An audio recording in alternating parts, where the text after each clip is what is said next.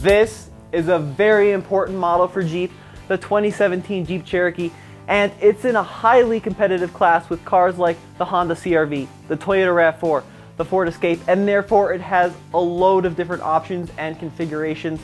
It's a little bit bewildering, but friends, we're gonna figure out what's the perfect Jeep Cherokee? Which one will fit your lifestyle the best? Which options to go for? Maybe which packages to avoid? Stay tuned, that's coming up now on the Fast Lane Car.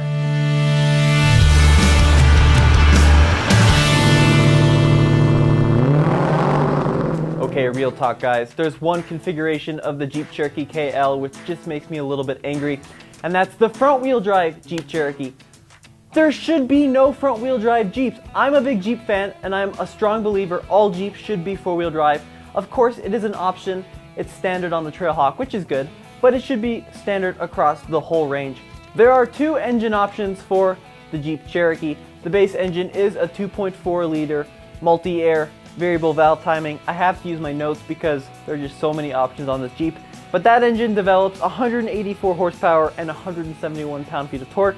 This 2017 Limited has the 3.2 liter Pentastar. Now that also includes start-stop. That's a $1,745 option, and that delivers 271 horsepower and 239 pound-feet of torque. Both engines are paired to Jeep's 9-speed automatic transmission, and there is no manual option.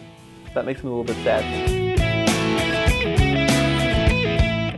In terms of driveline, forgetting the front-wheel drive model, Jeep, there are 3 different 4-wheel drive options, and I think that's pretty cool, especially in this class. Now, they call it 4-wheel drive. In my opinion, it's more of an all-wheel drive system. In the auto mode, it's front-wheel drive until conditions exist where 4-wheel drive is needed, and then it sends power to the back. But there's no transfer case like you would find in a Wrangler. So the basic system is called the Jeep Active Drive 1. You still have the terrain response system where you have an auto, a snow, sand, mud, and then a sport mode. This vehicle for $1,000 has the Jeep Active Drive 2, a really cool option that gives you a low range. Yeah, it does. A 2-speed power transfer unit is what they call it. That's super unique in this class. Definitely something I would consider getting if you're even planning on doing a little bit of off-roading. And the Trailhawk has something called the Jeep Active Drive Lock. And this is really neat.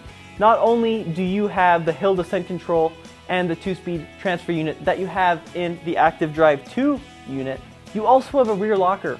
A rear locker in this class, the midsize CUV class. That's awesome. That's super unique. I love that. Thank you, Jeep, for putting a rear locker in the Trailhawk version of the KL.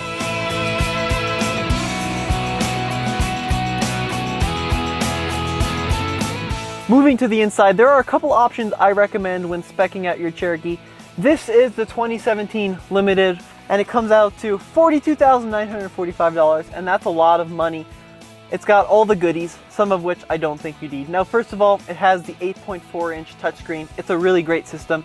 Strongly recommend that. This one has navigation with that, and that's $1,195, which is pretty pricey, but something that is worth looking into. Other things it has are leather. On the lower end models, there is a luxury group, which is about $1,800, which gives you the option to install leather. I don't know if it's worth it. The cloth seats do just fine for me. The safety tech group is about $1,000 and includes options such as blind spot monitoring, rear cross path detection, rear park assist, and then the power heated mirrors with the signals built in. That is the one I would go for. The other tech groups, they include options, we know, the pre-collision options that take control of the vehicle in an emergency. That kind of makes me uneasy. I like the safety group because it gives you the blind spot monitoring, which is cool, and then the rear park assist, that's really helpful as well. That's $1,000 well spent, I think.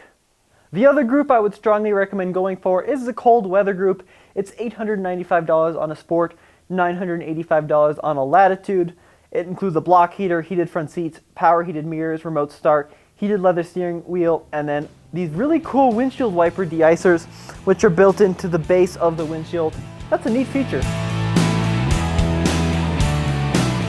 Our Cherokee also has the Command View panoramic dual pane sunroof. It's pricey at $1,755. Either you really want that open air feel or you don't. If I wanted that open air feel, I'd probably save the $1,700 and buy myself a very tatty but very fun Jeep CJ5.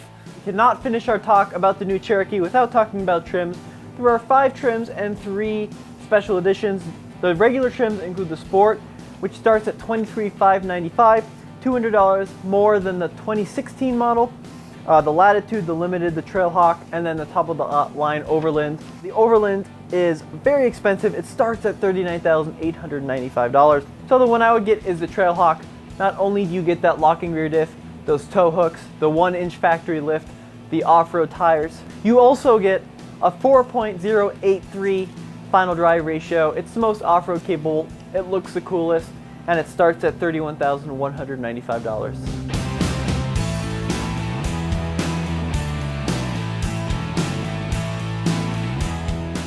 Hey guys, thanks so much for watching. I hope we've determined what the perfect Cherokee is for you. Please go down into the comment section where I'll be. We'll have a little discussion. Please like, please subscribe. See you guys next time.